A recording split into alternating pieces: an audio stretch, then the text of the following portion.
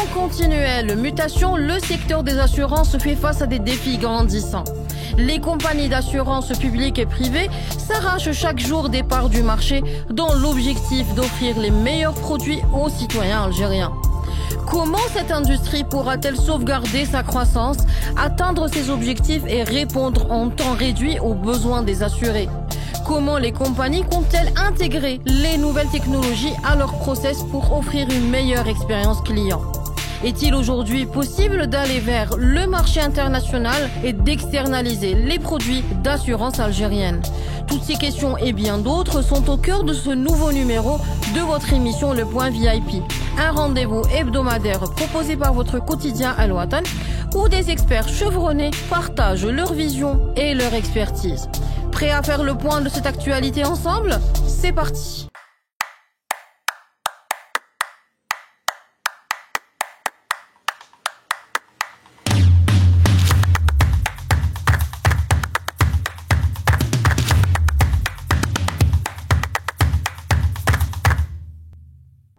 Bonsoir et bienvenue dans ce nouveau numéro de votre émission Le Point VIP. Une émission 100% digitale proposée par votre quotidien Al Watan. La thématique de ce vendredi est le marché des assurances en Algérie. Pour discuter des défis et des opportunités de ce secteur, nous avons l'honneur d'accueillir sur notre plateau Monsieur Hassan Khlifati, PDG d'Alliance Assurance. Monsieur Khlifati, bienvenue parmi nous et merci d'avoir accepté notre invitation. Merci, bonsoir à vos téléspectateurs de votre chaîne web et je suis très honoré de faire partie de vos invités et je vous souhaite aussi tout le succès pour la suite. Merci. Alors, Monsieur Khlifati, la première question, quel est aujourd'hui l'état des lieux de ce marché des assurances en Algérie? En fait, l'état des lieux des marchés des assurances en Algérie, elle est connue parce qu'elle a été rabâchée et tant que cet état des lieux ne peut pas changer s'il n'y a pas des réformes structurelles profondes et irréversibles, bien qu'aujourd'hui les autorités publiques ont annoncé qu'il y aura cette année la révision de la loi sur les assurances, le dernier trimestre 2023. Probablement ça va aller jusqu'à 2024, mais bon, c'est déjà une avancée. Aujourd'hui, en termes de chiffres, c'est-à-dire si on se contente d'analyser 2022, donc le secteur a fait un chiffre d'affaires de 162 milliards de dinars, une progression à peu près de 6% par rapport à 2021 qui était de 153 milliards de dinars. Le plus gros de cette évolution, elle est venue des assurances dommages, c'est-à-dire des assurances aux biens, automobiles, industrie, responsabilité civile, CatNat, avec une progression de presque de 6 milliards de dinars, c'est-à-dire ça a été à peu près 4,7% de progression. Après, nous avons les assurances de personnes avec la reprise des vols internationaux, l'assurance voyage qui a été un petit peu boostée.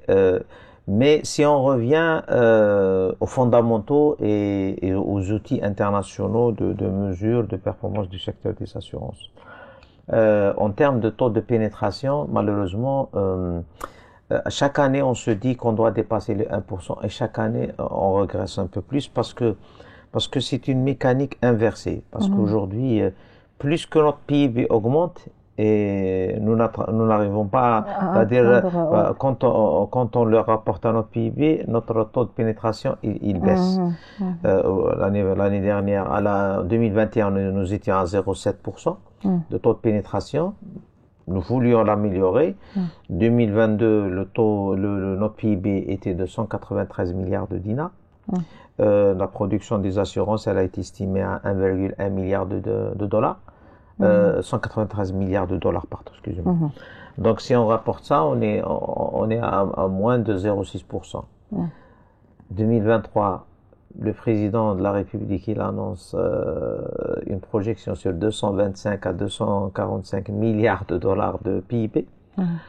Donc nous allons encore peut-être régresser en taux de pénétration. Parce qu'aujourd'hui, si on regarde les taux de pénétration arabes, africains, international. Arabe, il est de 1,5%. Donc nous sommes à 3 fois moins. Ouais. Africain, il est à 3%, 2,53. Nous sommes encore plus loin. Et international, il est de 7%. Donc nous sommes encore plus loin. La problématique aujourd'hui, il y a deux problématiques. Il y a une problématique, c'est-à-dire légale, c'est de revoir les textes de loi. Mais il y a une problématique opérationnelle qui demande d'autres décisions opérationnelles, notamment la révision des tarifs, notamment les tarifs automobiles RC, notamment des textes d'application sur la CatNat, notamment des textes d'application sur les responsabilités civiles. Donc il y a une partie qui relève du gouvernement, c'est-à-dire des arbitrages, notamment des tarifs, le texte de loi. Mais il y a d'autres points qui relèvent du ministère des Finances, c'est-à-dire de l'opérationnalité directe. Voilà.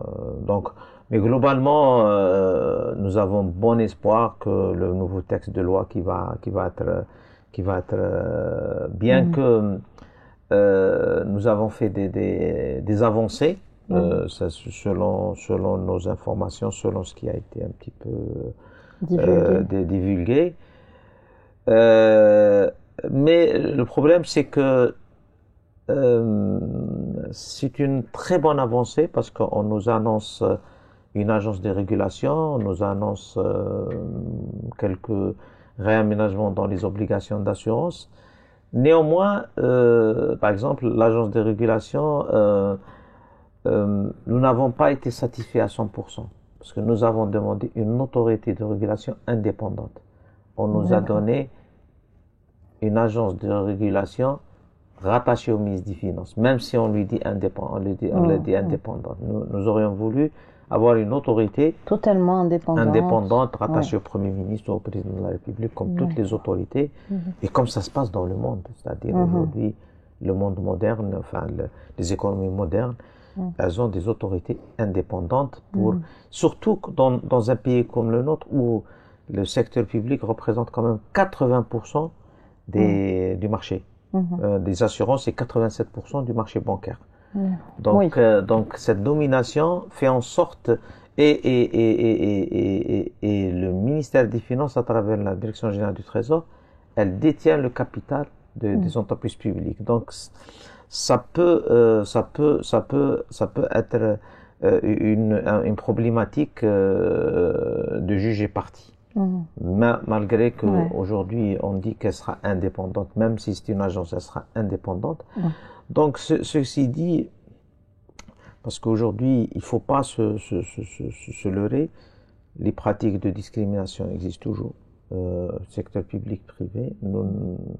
Il n'y a pas une égalité de traitement ni en termes d'accès à certains marchés. On arrive toujours aujourd'hui à annuler des attributions, des appels d'offres quand elles sont gagnées par certains privés. Et nous l'avons vécu, nous avons des exemples, même en 2023. Malgré que, aujourd'hui, les plus hautes autorités publiques, président de la République, Premier ministre, affirment et confirment qu'il n'y a pas de discrimination, qu'il n'y a qu'une seule entreprise algérienne sans regard de son statut public ou privé. La volonté politique, elle est là, elle est officielle, mais les pratiques sur le terrain, malheureusement, elles sont toujours. En 2023, on gagne des marchés publics, on nous les annule directement, et on nous dit non, on veut aller chez le public et on ne vous les donne pas. Donc voilà.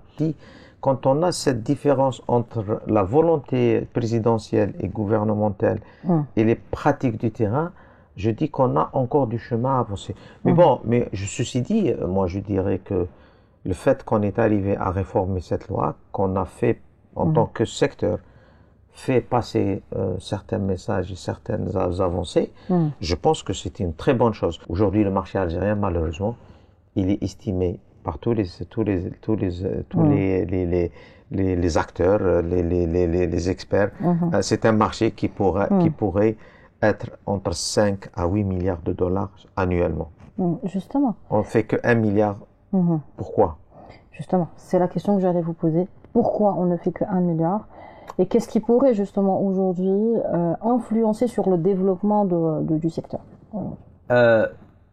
Pourquoi, il y a plusieurs raisons. Il y a la domination publique, il y a la question des tarifs qui sont très bas. Aujourd'hui, nous avons le tarif RC automobile le plus bas au monde et qui ne reflète pas le degré d'accident, le coût des accidents en Algérie. Aujourd'hui, nous avons une étude qui prouve que sur la RC automobile, on encaisse 1 dinar et on débourse jusqu'à 7,65 dinars, 8 fois plus. Mais quand on parle de la RC automobile, il faut préciser, parce qu'il ne faut pas qu'on dise que c'est pas l'assurance automobile.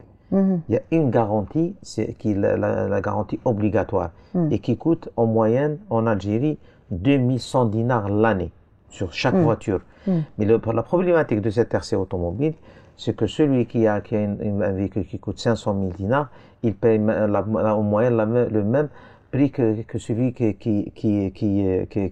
a une voiture qui coûte 30 millions de dinars. Et avec 15 millions de dinars et 20 millions de dinars. Il y a une inégalité, il y a un manque d'équité entre les assurés, ça c'est d'une part.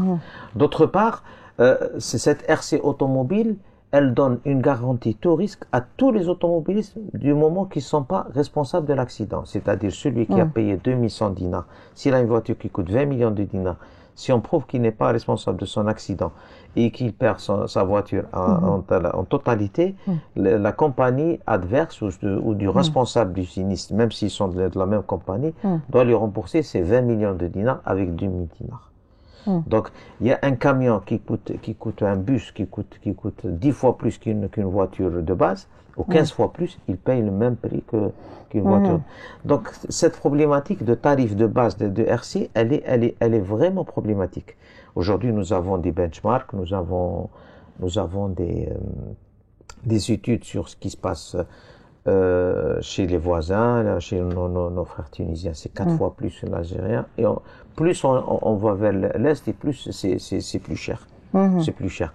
Donc, aujourd'hui, il y a une problématique de tarifs, il y a une problématique de discrimination, il y a une problématique de concurrence déloyale, il y a une problématique de régulation, il y a une problématique aujourd'hui, nous avons même une compagnie d'assurance qui exerce illégalement, qu'elle n'a pas d'agrément depuis 2017 et qu'elle capte une bonne partie du chiffre d'affaires du secteur automobile en Algérie, par exemple.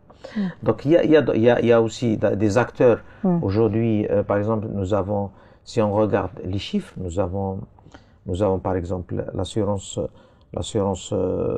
des personnes qui représentent moins de 10% du marché. Elle peut représenter beaucoup plus s'il y avait un marché financier beaucoup plus dynamique, parce que c'est si lié. Nous avons aussi l'assurance agricole qui est très faible aujourd'hui, qui ne représente moins de 1,6% de la production du marché. Et nous avons fait des propositions pour prendre en charge, notamment pour améliorer et dans tous les domaines, dans l'agricole, dans les microcrédits, dans les catnat, dans l'automobile, les tarifs, on en a parlé, on a fait des propositions au ministère et au ministre des Finances. Mais comme ça relève, je pense, de l'arbitrage du Premier ministre, nous attendons. Mais il y a d'autres décisions opérationnelles qu'on peut mettre en place très rapidement et qui peuvent améliorer notre taux de pénétration et notre chiffre d'affaires du secteur. Bon, nous avons, avec l'accompagnement du ministère des Finances à travers la commission de supervision et la direction générale du Trésor et la direction des assurances, et à travers le bureau unifié des assurances, nous avons initié, fin 2022, le dernier trimestre, ce qu'on appelle la plateforme de e-recours. Le e-recours, c'est-à-dire, c'est parce qu'il y avait une problématique de liquidation intercompagnie. Et que quand quelqu'un qui n'est pas responsable d'un sinistre, donc s'il n'est pas en tout risque, donc sa compagnie, elle doit se retourner sur la compagnie adverse et lui ramener son dû. Et ça prenait beaucoup de temps et il y a des centaines, si je dirais pas des millions de dossiers en souffrance depuis longtemps. Aujourd'hui, jusqu'à fin août, nous avons pu quand même liquider 580 000 dossiers à peu près, en termes 12 milliards de dinars d'échanges entre compagnies. Mais cette plateforme qui rentre dans le cadre de la numérisation, c'est une plateforme, c'est un mal pour un bien, parce que elle a mis aussi en évidence l'incapacité financière du secteur. S'il n'y a pas une solution pour revoir les tarifs urgemment, nous allons arriver à un blocage systémique. Toutes les compagnies seront bloquées parce qu'elles ont vendu pendant 20 ans avec des tarifs trop bas. Très bas, ouais. Trop bas. Et aujourd'hui, elles se retrouvent... Pour des frais... Aujourd'hui, elles jouent avec des centaines de milliers ou des millions de dossiers qui étaient en instance. Elles se trouvent devant un mur. Et nous avons alerté les autorités publiques sur ça. Justement, là, on a parlé de secteurs, on a parlé en fait de domaines qui pourraient avoir un bon potentiel. Est-ce qu'on peut concrètement les citer? Quels sont les secteurs spécifiques qui peuvent vraiment avoir un bon potentiel de l'industrie des assurances? Non, il y a parce qu'aujourd'hui, nous, en Algérie, on parle beaucoup de l'automobile. Mais il y a beaucoup de secteurs... Non, parce qu'elle représente quand même presque 50% du marché, c'est pour ça. Et elle est obligatoire, elle touche beaucoup la population. Après, il y a des secteurs où, par exemple, nous avons proposé, par exemple, de changer l'approche avec l'assurance agricole. Que l'État dit, OK, moi je change d'approche. Je mets l'obligation d'assurance pour tout le monde, notamment dans le secteur paysan, mais je subventionne cette assurance. Dans un premier temps, il y a des pays qui subventionnent jusqu'à 87-90%, il y a des pays moins. Et je fais un système de dire, OK, en cas de catastrophe, c'est les assureurs qui doivent intervenir avec leur expert et c'est à eux d'indemniser. Mais le fellah ou le paysan ou l'opérateur agricole doit participer de 10% et après on fait inverser la tendance sur plusieurs années pour arriver à ce que l'État se retire progressivement. Pourquoi? Parce que ça va d'abord développer la culture d'assurance et ça va responsabiliser le paysan et ça va dégager la responsabilité de l'État. Bon, l'État, il reste ses responsabilités régaliennes. Par exemple, aujourd'hui, je vous donne un autre exemple. Nous avons l'Agence nationale des microcrédits. Elle a donné jusqu'à maintenant peut-être 1 million, 2 millions de crédits, 1,2 million crédits en nombre. C'est des chiffres de 100 000 dinars à 2,5 millions. Aucun crédit, à ma connaissance, sauf si ça n'est assuré en cas d'incendie, en cas de perte. Par exemple, on s'est retrouvé en 2021 avec les incendies qu'il y a eu en 2021. Nous nous sommes retrouvés avec Madame la ministre et son staff. Et on a fait une proposition de faire un pool d'assurance et d'intégrer l'assurance à l'amont. C'est-à-dire, quand on octroie le crédit, il y a une assurance sur 5 ou 10 ans pour le vol, pour l'incendie, pour au moins protéger cet argent public.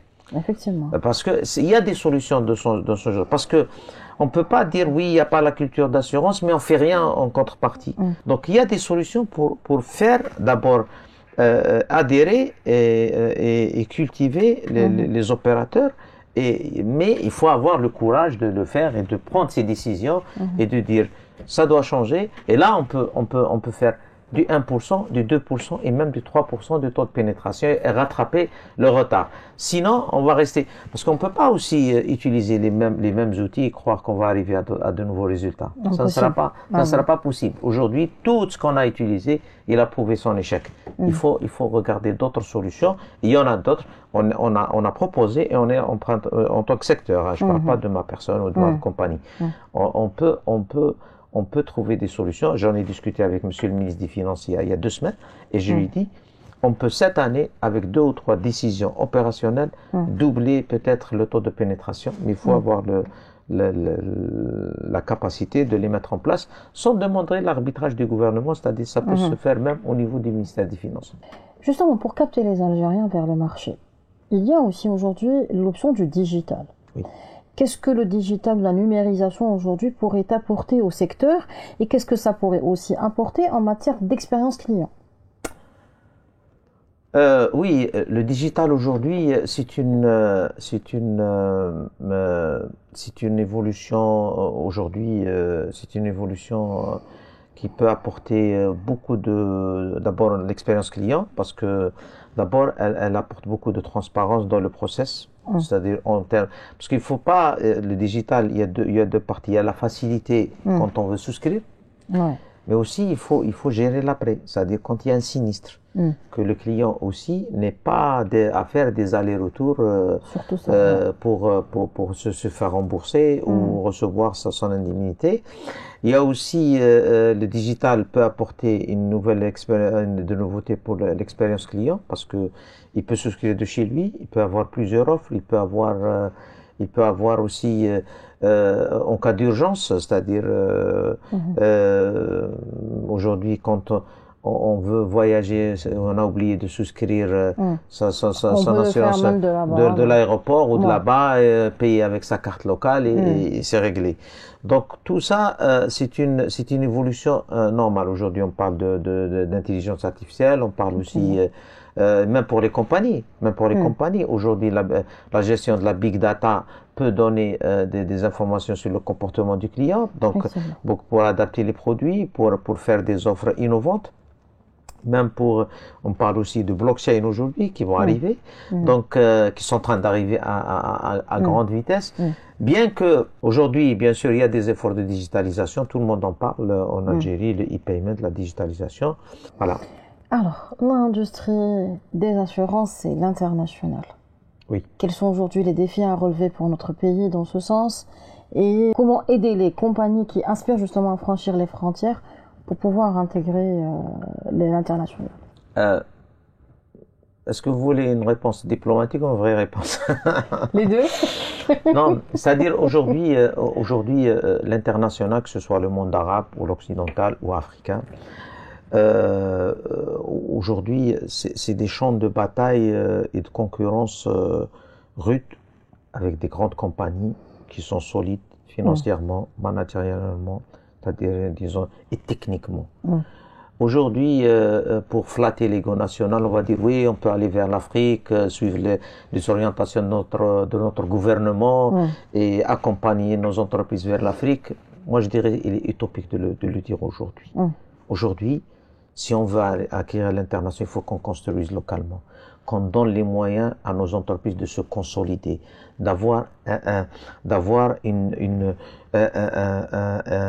c'est-à-dire un environnement où travailler pour devenir plus solide techniquement, plus solide managérialement et plus solide financièrement, avec des vrais tarifs, avec une vraie réforme et avec une vraie régulation. Qu'on n'ait plus de discrimination, qu'on n'ait plus de la concurrence déloyale et qu'on ait une vraie régulation qui accompagne les entreprises à se consolider.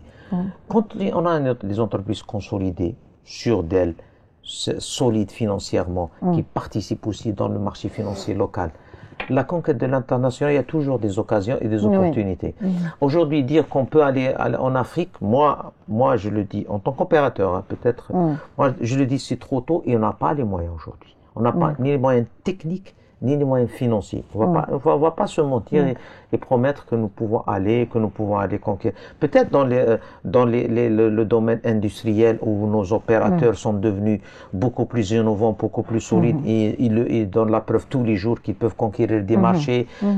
Aujourd'hui, nos banques aussi peuvent le faire parce que pour accompagner notre compagnie aérienne peut le faire pour accompagner. Mais notre secteur des assurances aujourd'hui, il faut qu'il prouve localement. Il faut qu'on arrive à passer du 0,5, 0,6% de pénétration à 3, 2, 3, 4%, qu'on ait une vraie concurrence loyale, qu'on ait une vraie régulation et qu'on aide ces compagnies à se solidifier, financièrement et techniquement.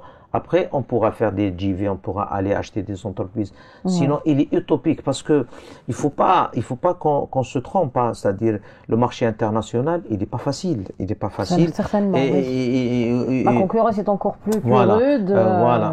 Aujourd'hui, sur le plan du digital, beaucoup de nos cadres partent aujourd'hui. On arrive difficilement à les maintenir localement. Donc aujourd'hui, même sur le secteur des assurances, les générations ne se renouvellent pas. Pourquoi elles se renouvellent pas? Parce que c'est un secteur qui n'attire plus, parce que les gens, il ne fait plus rêver. Il fait plus rêver parce que s'il y avait de nouveaux projets, s'il y avait de la concurrence loyale, des innovations, on aurait attiré les nouvelles générations, on aurait construit un nouveau modèle. Mais aujourd'hui, on ne le fait pas. Pourquoi? Parce que aujourd'hui, les compagnies d'assurance se battent pour survivre, notamment les privés. Elles se battent pour survivre aujourd'hui. Elles peuvent pas sortir de leur tête de l'eau. Aujourd'hui, nous parlons du marché automobile qui va s'ouvrir, qui est en train de s'ouvrir. Vous savez qui va bénéficier? C'est pas les compagnies d'assurance. C'est les opérateurs qui vont ramener des voitures, c'est normal. Parce les concessionnaires. Et c'est l'Algérien qui va acheter et qui va trouver une offre de voiture. Les compagnies d'assurance, elles vont se battre sur les tarifs pour casser les tarifs. Donc, pour pouvoir, parce qu'il n'y a pas une vraie, la régulation n'impose pas les règles. C'est pour ça, on demande aujourd'hui que la régulation s'impose et nous accompagne. Pour une période, je dirais pas une période de transition, mais une période pour reconsolider les positions et appliquer, c'est-à-dire des réformes opérationnelles pour aider les compagnies à remettre le marché à flot et que tous les autres départements y mettent du leur pour que ce secteur devienne solide, parce que n'oubliez pas que le secteur des assurances, c'est de la quasi-épargne et c'est un secteur qui finance l'économie à travers les bons de trésor, à travers les bancaires, donc à travers le marché financier. C'est un secteur qui recycle son argent dans le marché financier et donc c'est un secteur qui apporte de la valeur ajoutée au marché. Mais aujourd'hui, aller sur l'international, on peut le faire pour faire de la politique, de dire oui qu'on est capable. Mais aujourd'hui, mais réellement, il y a du travail à faire. Il faut être raisonnable. Mais on a du travail interne. Moi, personnellement, et à travers l'Union des assureurs, nous avons fait plusieurs propositions. Nous sommes sûrs que si ces propositions opérationnelles seront accompagnées par le décideur au niveau du ministère des Finances ou au niveau du Premier ministère, nous sommes sûrs que nous pouvons doubler, tripler, quadrupler le taux de pénétration dans les 24 mois. Et nous sommes prêts à relever le défi si on nous écoute. Monsieur Khlifati, merci d'avoir été parmi nous dans ce numéro dédié spécialement au marché des assurances. C'est ainsi que prend fin notre numéro spécial assurance. Restez connectés, on se donne rendez-vous la semaine prochaine.